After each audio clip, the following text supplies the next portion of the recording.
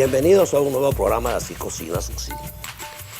He aprovechado esta ocasión, es la ocasión de la publicación de un nuevo libro de Benami Feeman, que realmente es la recopilación de una época gloriosa de la crónica gastronómica de Venezuela, de Caracas en particular, de la década de los 80, que comenzó en el 81, de los famosos Cuadernos de la Gula. Este libro se llama Boca hay una sola, de una sugestiva portada, y que yo quisiera comentar con Benami, no solamente del libro, sino de las múltiples ocupaciones que Ben ha tenido a lo largo de su vida, una vida que ha sido bohemia en un momento determinado, una vida que ha sido activa en materia editorial en otro momento, y en general una vida muy apegada, muy dedicada a lo que es la gastronomía y a lo que es el buen comer y el buen beber. Y para eso lo he invitado en el día de hoy, para que nos comente no solamente esas famosas crónicas que se llamaron Los Cuadernos de la Gula, que publicó el Nacional a partir del 81, sino que quisiera comentar con él algo que es muy particular porque se refiere a la ausencia que hay en este momento de una crónica, de una crítica o de un comentario de la naturaleza que Ben lo hacía en aquel momento y que por alguna razón no lo ha hecho más ni él ni más nadie. Yo estoy a punto de copiarme del sistema de Ben, a ver si me quieren tanto como lo que hicieron a él en la década de los 80. Bienvenido, Ben. Cuéntanos un poco de Madre hay una sola, que no es el título, pero es como que si fuera lo mismo porque es Boca hay una sola. Sí, bueno, en realidad creo que es a partir del 82 que empezaron a salir esas crónicas.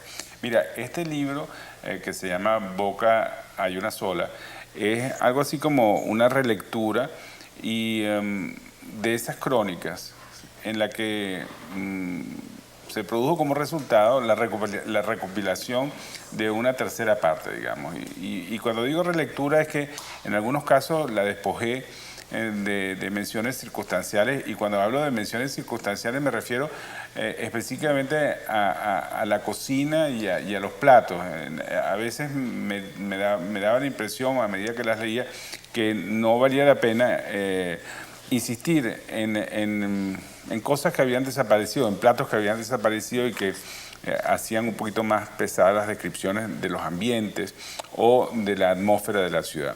En realidad esas son unas crónicas que tienen mucho de crónica urbana y de crónica experimental. Yo ahí, como lo dice Eva Scharfenberg en su introducción, experimenté con casi todos los géneros en el espacio que me daba entonces el Nacional.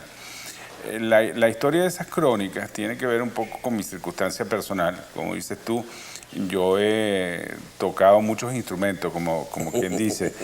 Orquesta. Sí, bueno, desde cabaretero, como dices tú, o director de espectáculos, hasta director de la publicación Exceso, director y fundador.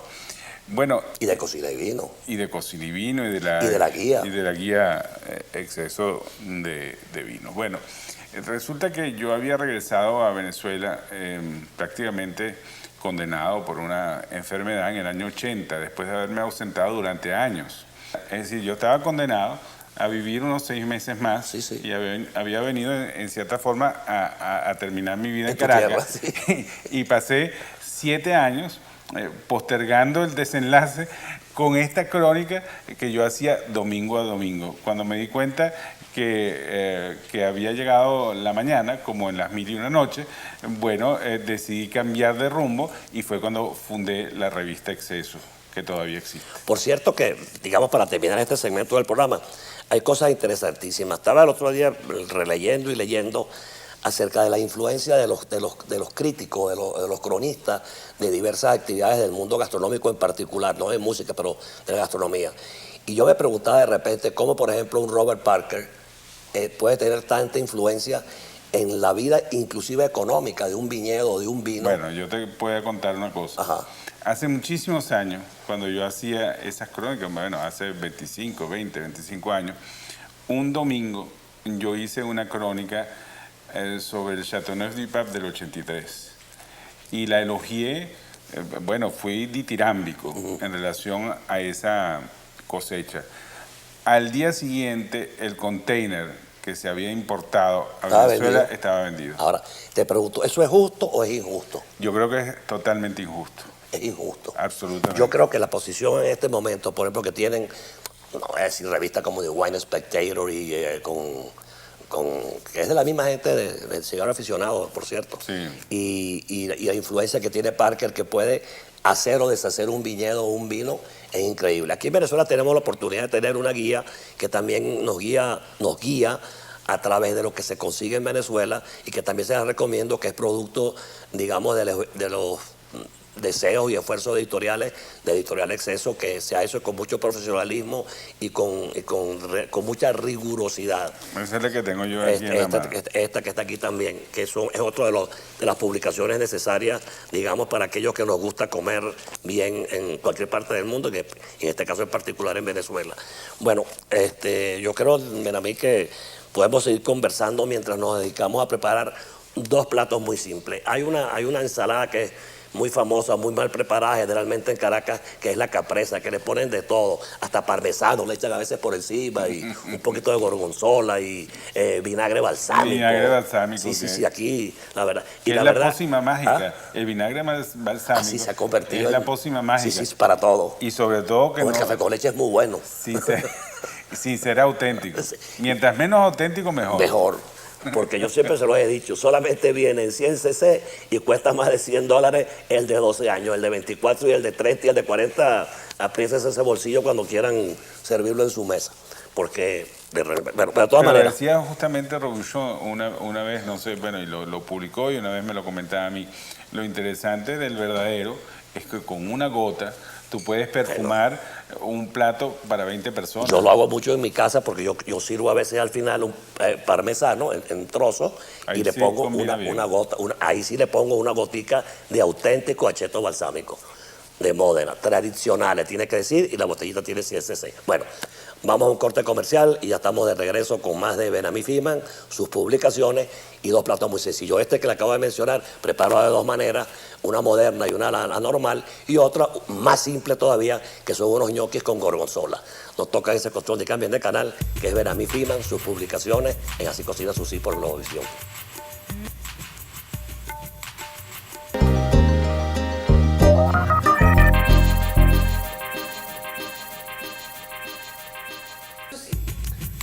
De regreso de comerciales con Benamí Fishman, editor del Grupo Exceso, jefe, novio de la madrina, cuarto bate, cronista, de todo. Vamos a seguir conversando con él mientras, como les decía anteriormente, vamos a hacer la clásica ensalada capresa. Ingredientes muy simples: mozzarella de búfala, albahaca, tomate, aceite de oliva y un poquito de pimienta quizás. No se deben servir esas capresas que inventan aquí, que tienen, como decíamos anteriormente, vinagre balsámico, parmesano, un toque de gorgonzola, unas goticas de coñac por encima. No, esto es la clásica. Anteriormente fuera de cámara. Decíamos anteriormente fuera de cámara. Claro. Entonces, yo lo que quiero es que ustedes vean que se puede hacer lo mismo presentándolo de dos maneras diferentes, la clásica, la tradicional, y una un poquito más elegantona, si lo quieren llamar, pero que tiene los mismos sabores.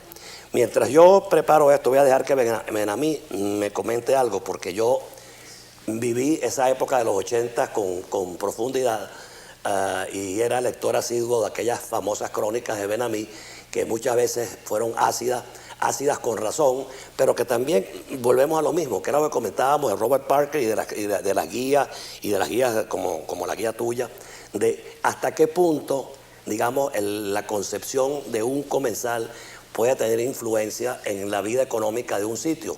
Quiero decirles que en aquella época, aquellas crónicas hicieron y deshicieron sitios, porque me consta, esas crónicas tuyas tenían la particularidad de que la gente las seguía con mucho cuidado, con mucha atención y afectaba de alguna manera la vida económica de los sitios, siendo totalmente sincera y totalmente independiente de todo tipo de participación económica en lo que era... Sí, bueno, no, eso descartado. No, por eso. O sea, desinteresadas. Por eso. Eran muy atrevidas, eso sí. Y bueno, hay personajes como lo que yo fui entonces, pero en circunstancias y contextos distintos. Por ejemplo, hoy en día en París tú tienes a François Simon, que es cronista de del Fígaro, que no le ha tenido miedo ni siquiera a Joël Robuchon, es decir, o ha publicado crónicas en las que no ha utilizado un lenguaje puramente florido. Bueno, en aquella época en realidad había, lo primero que hay que decir y repetir, es que yo estaba utilizando la táctica de Sheresade para hacer que mi vida durara un poco más, y mi vida en Caracas, o sea, antes de llegar el amanecer. Pero me encontré con una ciudad que yo había dejado, pueblerina, y que estaba dando signos realmente de esplendor. Bueno, estoy quizás exagerando, pero la ciudad estaba adquiriendo una madurez, diríamos que estaba llegando a la mayoría de edad. Y eso se manifestaba, entre otras cosas, en sus restaurantes. Esa fue la época en que surgieron restaurantes como el Patrick, como Gazebo, como Le Groupe. Una de las crónicas, que se llama Milagro en el paladar, para que no digan que yo era demasiado ácido, es la crónica de la inauguración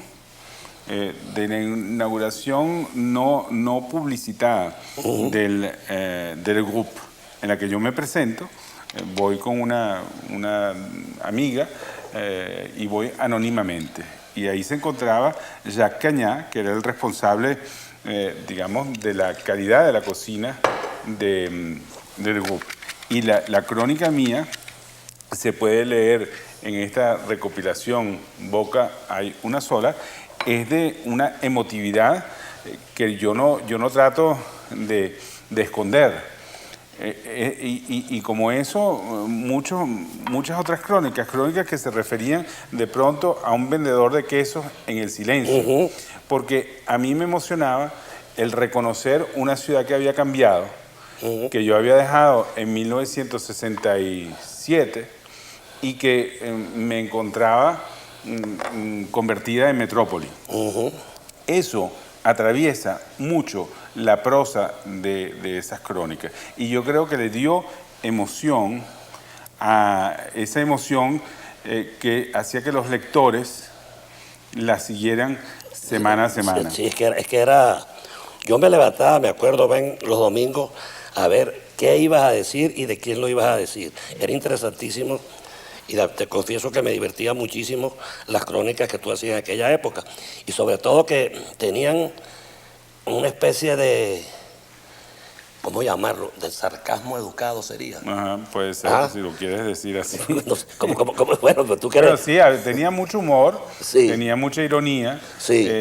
No eran ofensivas. No. En lo más mínimo. No eran groseras.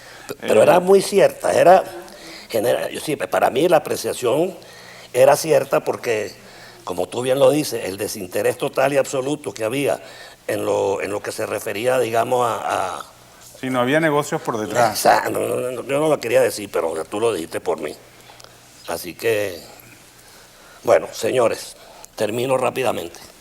Nuestras dos ensaladitas del día de hoy, que son muy simples, es la misma mozzarella hecha de dos maneras, y la única diferencia es que en este caso vamos a colocarle la combinación del aceite de oliva ya molido como un pesto a la ensalada, y tenemos dos bellísimas ensaladas. Si queremos podemos agregarle un poquito al pesto de flor de sal, y tenemos nuestras dos primeras ensaladas del día de hoy. Es la misma capresa y es la auténtica capresa. Vamos a un corte comercial y ya estamos de regreso con más de Así Cocina Susi y las publicaciones de Ben Ami Freeman.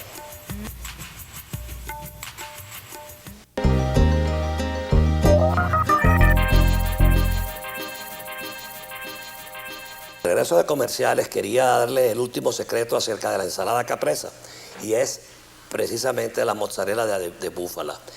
Recuerden que este tipo de quesos, como todos los quesos hechos al calor, no pueden ir a la nevera. Cómprenlo el día que lo van a utilizar, el día que lleguen a la tienda. Yo les recomiendo muchísimos sitios, o pocos sitios, pero donde realmente la mozzarella es fresca llega 3 veces por semana, la compran ese día y jamás que huela a nevera. Sitio fresco y siempre guardada en su propio suero, pero jamás lo metan en la nevera. Ese es el secreto de la mozzarella. Y ahora vamos a hacer un plato aún más simple todavía, que son unos ñoquis con salsa de gorgonzola o de queso azul holandés o de Roquefort francés. No la hagan con cabrales porque queda muy fuerte, que es el queso azul español por excelencia. Yo lo voy a hacer en este momento con el que conseguí esta mañana, que es un queso azul holandés, pero perdón, danés. Pero no se pongan a inventar y háganlo todo muy sencillo y verán cómo las cosas funcionan. Cuéntame un poquito de algo que es muy particular, que es la portada de una de las revistas, de la penúltima, creo que fue.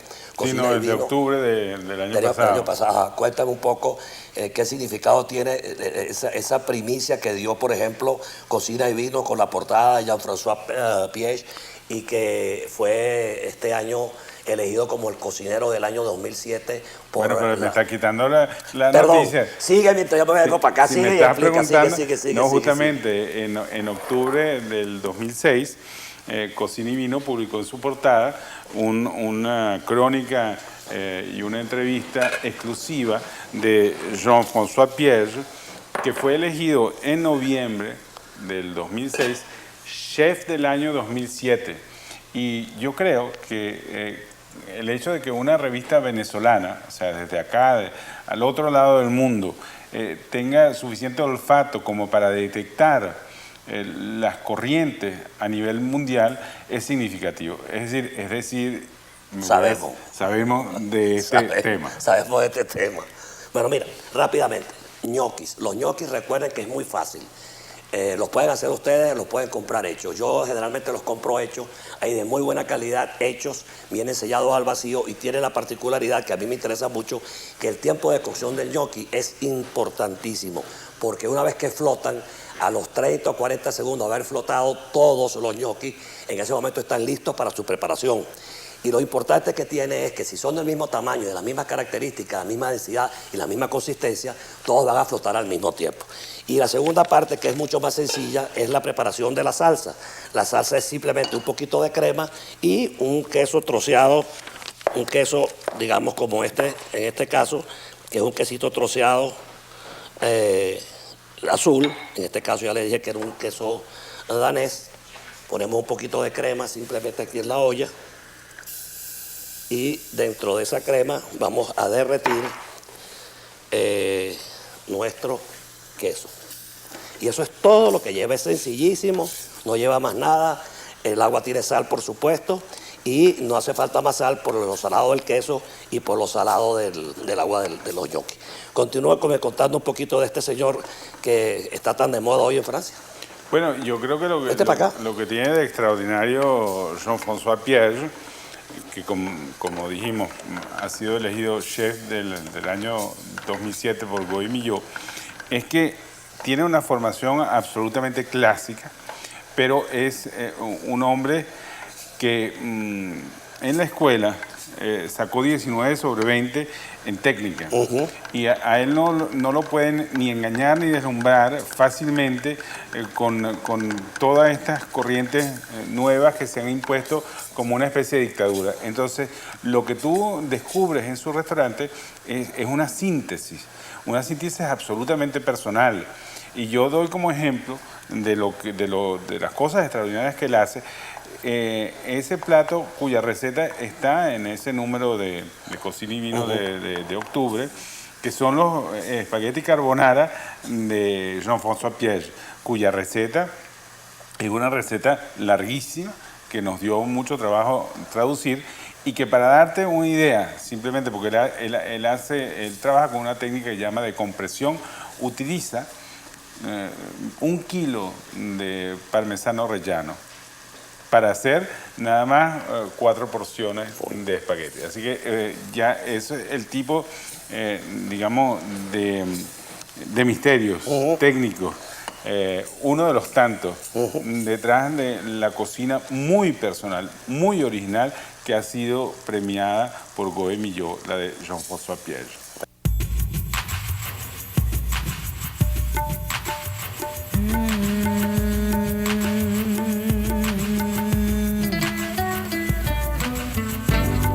Se nos acaba el tiempo. Tenemos entonces nuestro tercer plato del día de hoy.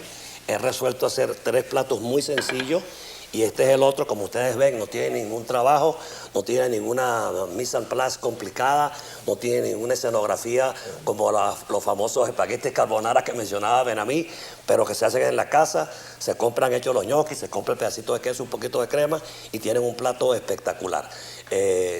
Vamos a continuar con nuestro programa a lo largo de este año, me supongo yo, y los espero la semana que viene con invitados como Benamí Freeman, espero también, en Así Cocina Susi por Globovisión. Gracias por la sintonía y nos vemos la semana que viene. Gracias. A ti.